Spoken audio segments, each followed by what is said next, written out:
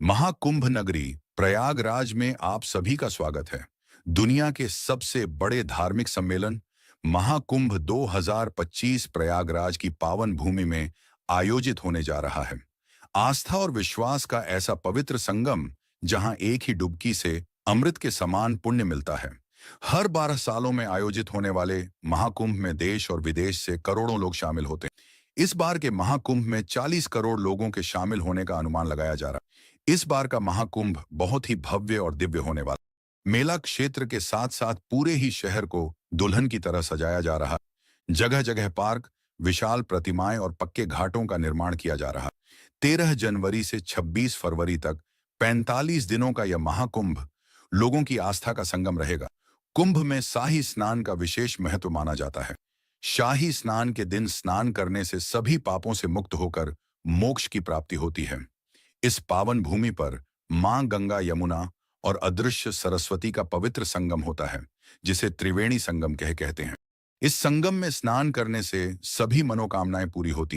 प्रयागराज में हर वर्ष माघ मेला, 6 वर्षों में अर्ध कुंभ और 12 वर्षों में महाकुंभ का आयोजन किया जाता है। तो दोस्तों, आज के इस खास और इंफॉर्मेशन जानकारी देने वाला हूं।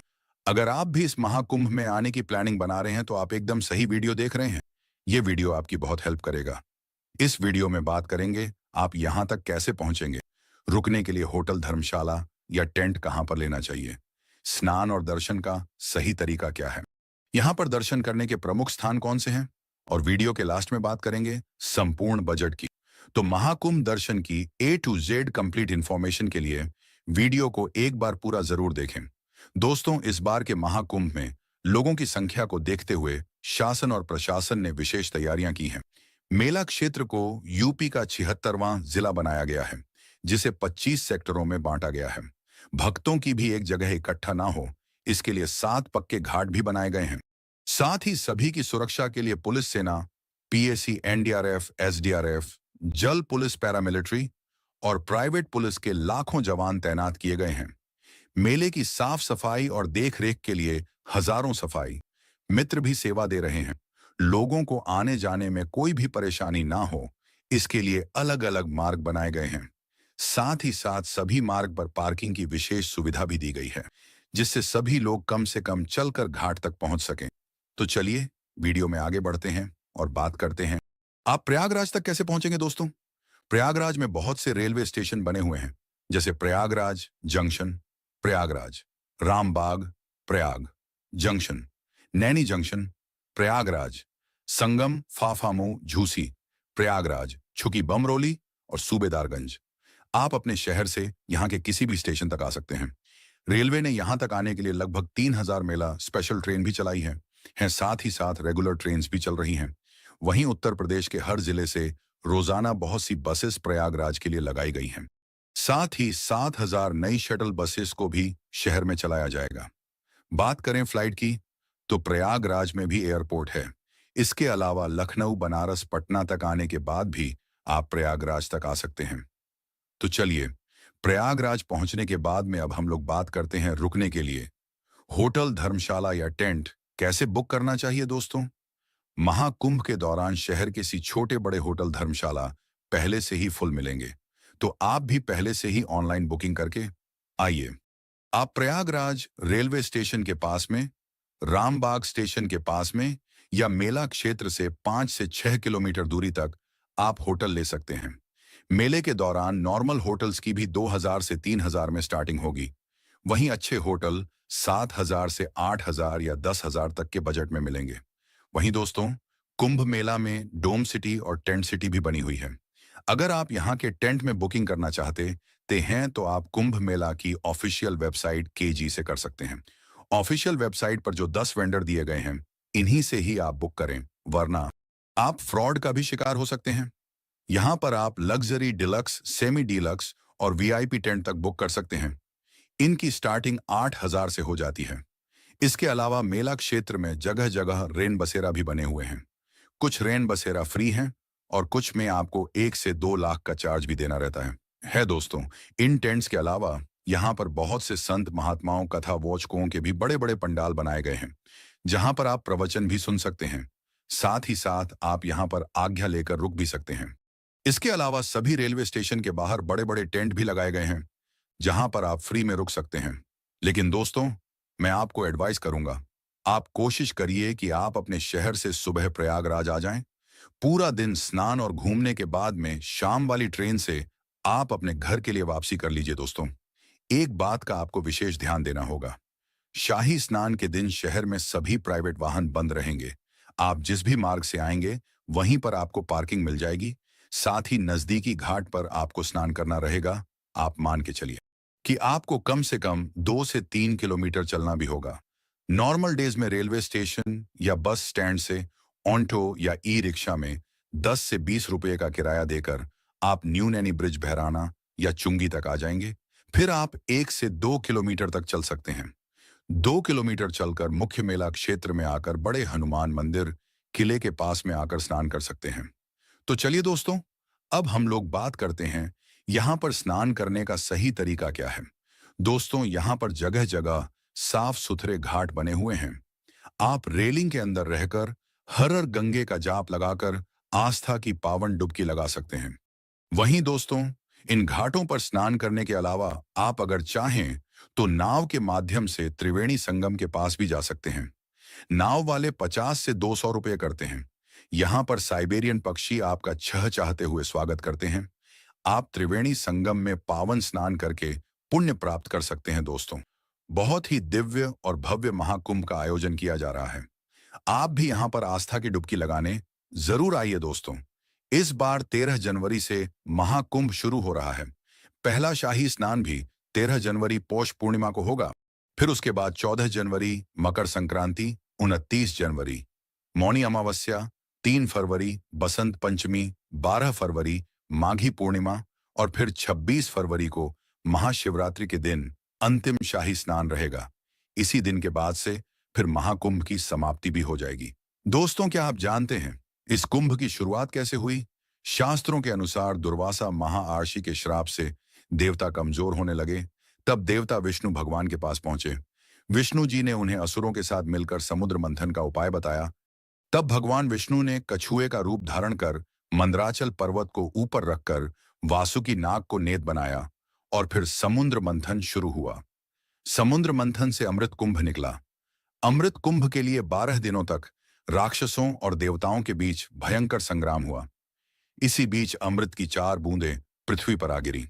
यह बूंदें हरिद्वार, प्रयागराज, उज्जैन और नासिक में आ गिरी। तभी इन जगहों पर कुंभ का आयोजन किया जाता है और 12 सालों में प्रयागराज में महाकुंभ का आयोजन होता है। कुंभ के दौरान इन नदियों का जल अमृत के समान माना जाता है। तो दोस्तों, यहाँ पर पावन स्नान करने के बाद में अब हम लोग बात करते हैं प्रयागराज में आप और कहां-कहां दर्शन कर सकते हैं। दोस्तों, यही घाट के पास में ही किला बना हुआ है। किले के अंदर प्राचीन अक्षय भट्ट है। यहाँ पर आप दर्शन जरूर करें, ऐसे मान्यता है। वनवास के दौरान राम जी भी यहाँ पर रुके थे। साथ ही साथ किले के अंदर प्राचीन पातालपुरी मंदिर भी है। आप यहाँ पर भी दर्शन आदि कर सकते हैं दोस्तों। यहीं किले के पास में ही बड़े हनुमान जी का प्राचीन मंदिर भी स्थापित है। यहाँ पर हनुमान जी लेटे हुए हैं। मान्यताओं के अनुसार जब हनुमान जी संजीवनी बूटी लेकर आ रहे थे, तब भरत जी ने असुर समझकर हनुमान जी पर बाण चलाया था, जिससे हनुमान जी यहीं पर गिरे थे। दोस्तों, बहुत ही दिव्य और अलौकिक मंदिर है। यहाँ पर दर्शन करने से सभी मनोकामनाएं पूरी होती हैं। दोस्तों, यहाँ से कुछ ही दूरी पर श्री आदि शंकर विमान मंडपम मंदिर भी स्थापित है, जिसे नौलखा मंदिर कहते हैं। द्रविड़ शैली में बना यह बहुत ही प्यारा मंदिर है।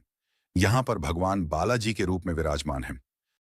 के ऊपर भाग में विशाल शिवलिंग भी स्थापित।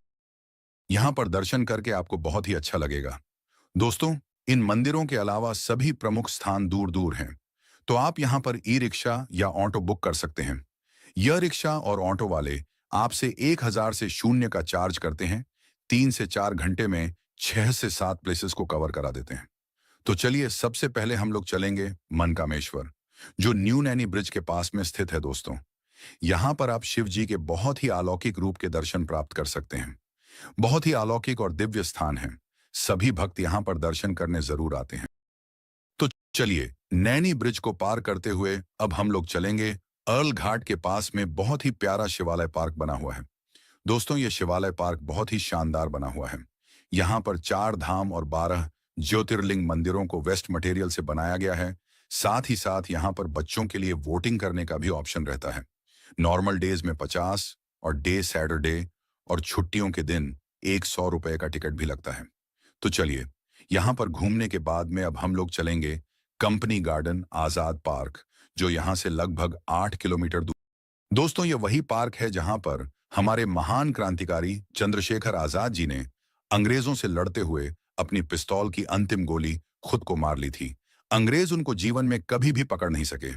दोस्तों, ये पार्क बच्चों के लिए बेस्ट पिकनिक स्पॉट है। साथ ही साथ यहाँ पर बहुत से झूले भी लगे हुए हैं। तो चलिए, यहाँ पर घूमने के बाद में अब हम लोग चलेंगे भरतद्वाज पार्क और आश्रम, जो यहाँ से कुछ ही दूरी पर स्थित है। दोस्तों, यहाँ पर आर्षि भरतद्वाज जी की विशाल प्रतिमाएं स्थापित हैं। साथ ही साथ पार्क को भी बहुत ही प्यारा बनाया गया है फोटोशूट के लिए। ये बेस्ट प्लेस रहता है। तो यहाँ पर आप अपनी यादों के लिए प्यारी प्यारी फोटोशूट भी करा सकते हैं। वहीं यहाँ से कुछ ही दूरी पर आनंद भवन भी है, आप वहां पर भी घूमने जा सकते हैं। तो यहाँ पर घूमने के बाद में अब हम लोग फिर से मेला क्षेत्र के पास आ जाएंगे और अब हम लोग चलेंगे अलोपी माता मंदिर, जो यहाँ से मात्र 200 मीटर दूरी पर ही स्थित है। दोस्तों, ये बहुत ही प्राचीन मंदिर है, जो माता सती के 51 शक्तिपीठों में से एक है। यहाँ पर दर्शन करने के विशेष महत्व माने जाते हैं। आप मंदिर में प्रवेश कर माता रानी के अद्भुत रूप के दर्शन कर आशीर्वाद प्राप्त कर सकते हैं। तो यहाँ पर दर्शन करने के बाद में अब हम लोग चलेंगे नाग बासुकी मंदिर, जो यहाँ से लगभग 2 किलोमीटर दूरी पर स्थित है। दोस्तों, ये प्रयागराज के प्रमुख मंदिरों में से एक है। यहाँ पर भगवान नाग बासुकी विराजमान है। नाग बासुकी जी ने समुद्र मंथन पर नेथ अर्थात रस्सी की भूमिका निभाई थी। तो आप यहाँ पर दर्शन करने जरूर आएं। दोस्तों, यहाँ से कुछ ही दूरी पर प्राचीन वेणी माधव मंदिर भी स्थापित है। वेणी माधव जी को मेला क्षेत्र का रक्षक और प्रयागराज का मुख्य देवता माना जाता है। आप अपनी लिस्ट में इस मंदिर को जरूर शामिल करें। तो दोस्तों, इन सभी प्रमुख मंदिरों में दर्शन करने के बाद में आप शाम वाली ट्रेन या अगले दिन अपने घर के लिए वापसी भी कर सकते हैं। तो चलिए दोस्तों, अब हम लोग बात करते हैं सबसे जरूरी क्वेश्चन, बजट का। कितने बजट में आप इस पावन यात्रा को पूरा कर लेंगे? दोस्तों, अगर आप 2 लोग हैं और आप सेम डे आकर अपने घर के लिए वापसी कर लेते हैं, तो आप मान के चलिए कि 3000 से 4000 प्लस ट्रेन टिकट, इतने बजट में आप इस पावन यात्रा को पूरा कर लेंगे।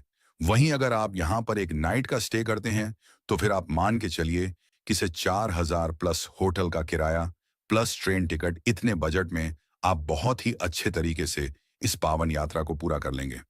तो दोस्तों, यहाँ पर मैंने आपको महाकुंभ मेले से रिलेटेड हर एक छोटी बड़ी जानकारी को बहुत ही अच्छे और सही से देने की पूरी कोशिश की है।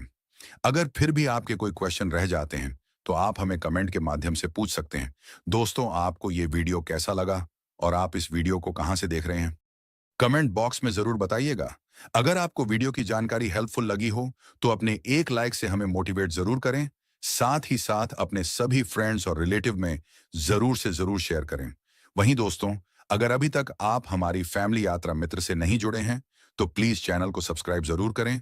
साथ ही साथ बेल आइकन प्रेस करने के बाद में ऑल नोटिफिकेशन को जरूर क्लिक करें, जिससे भविष्य में आने वाले महाकुंभ मेले के वीडियोस और साथ ही साथ अदर प्लेसेस के वीडियो आसानी से मिल सके। तो चलिए दोस्तों, अब मिलते हैं।